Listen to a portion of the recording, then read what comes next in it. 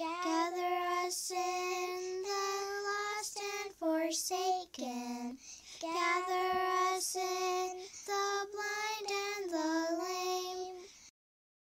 All right, let's do this. Welcome, ladies and gentlemen, back to another edition of the Performer Cigar Garage Talks. Back in the garage, hoping to have a little talk here with you guys. What are we smoking? What do we drink? Let's start with that, huh? Look at that. Cleaned off my table. Just talked about that not too long ago. It's already dirty. Shame. We have a barber pole, at least a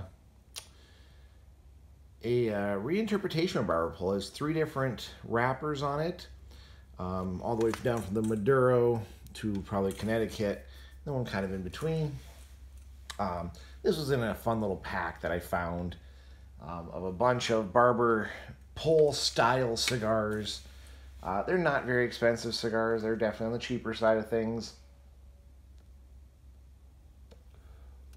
So I'm guessing it's a lot of clipping room floors, clippings. But hey, what are you going to do? I'm a sucker for a barber pole. It looked fun. Decided to have a little fun with it. It's probably a lot of cigar glue too. A couple of them coming up here. There's probably a lot of cigar glue that you're going to be seeing. But it's good so far. Does the trick. For the beer tonight, we have More S'more from Boulevard More S'more limited release 2022 stout beer, imperial stout, barrel aged. So you know what I think about barrel aged stuff. We'll see if if it holds true. If this is does any favors with those barber pole cigars. You're going to see a little barrel aged theme. I'm going to see if I can finally find a delectable barrel aged beer. Look at that, nice and dark, almost no head on it. Kind of typical actually for barrel aged. Let's give her a whirl. Well, that's interesting. Definitely taste the marshmallow, and it's trying to give a chocolate flavor, but it's more of a sweet flavor. The cork is still out on that one. And we brought back our friend Mr. Alcohol Lamp. I did a little tweaking, a little modifying. We'll see if it stays lit through the whole talk or not.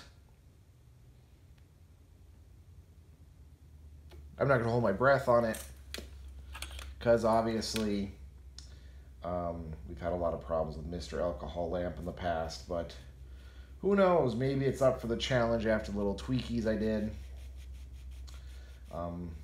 Did a little higher proof of alcohol in the lamp itself. It seems to be burning actually pretty good. It's not overly burning. Nice steady flow. It lit very, very well, so fingers crossed, folks. Maybe we solved the problem with the alcohol lamp. What are we going to talk about tonight? Well, I was going to do a series talk because I'm smoking a bunch of different barber poles, drinking a bunch of different barrel aged. I couldn't really think of a good serial discussion, whether I wanted to do stuff on movies or video games or music. Not sure. But I decided, you know what, today is actually Halloween. We're going into November, means deer season's coming up. But there is also the ever fun, ever exciting NaNoWriMo, National Novel Writing Month. So if you're not familiar, I think I've talked about this before, but if you're not familiar, once a year in November, there is a quote-unquote contest they run where they have people write a 50,000 page story, or 50,000 word story in the span of 30 days.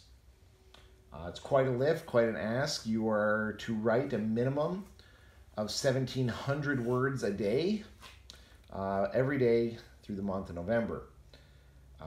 Grammar is not a big deal. Sentence structure, develop thought. It's mostly about just getting out the words and putting them together in a cohesive story.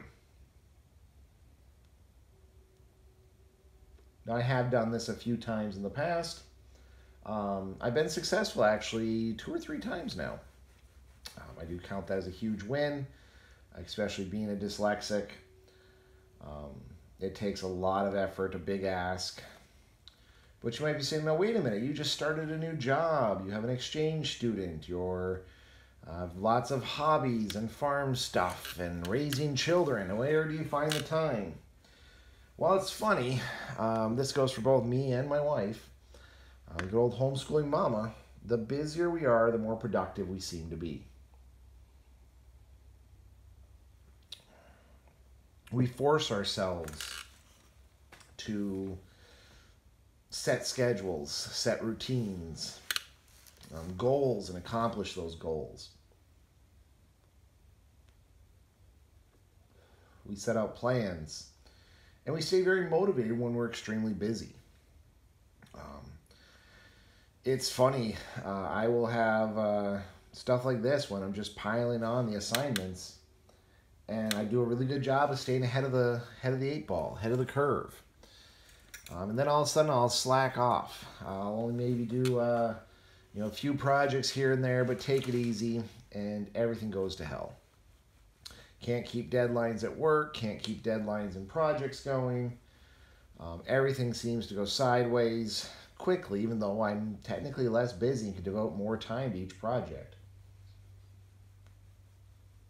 Could be I have ADD on top of my dyslexia, where I have to have that constant flow of information and be doing something to be successful.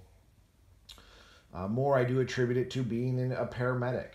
I'm used to having 10 different decisions to make and factoring in multiple conditions and assessment points and so on and so forth. So for me, I think it's better that I keep a lot on my plate. Because the second I let everything slip. I get lazy. I'm really good at getting the lays on. So we're going to pick up, I at least think I'm going to pick up the NaNoWriMo story writing.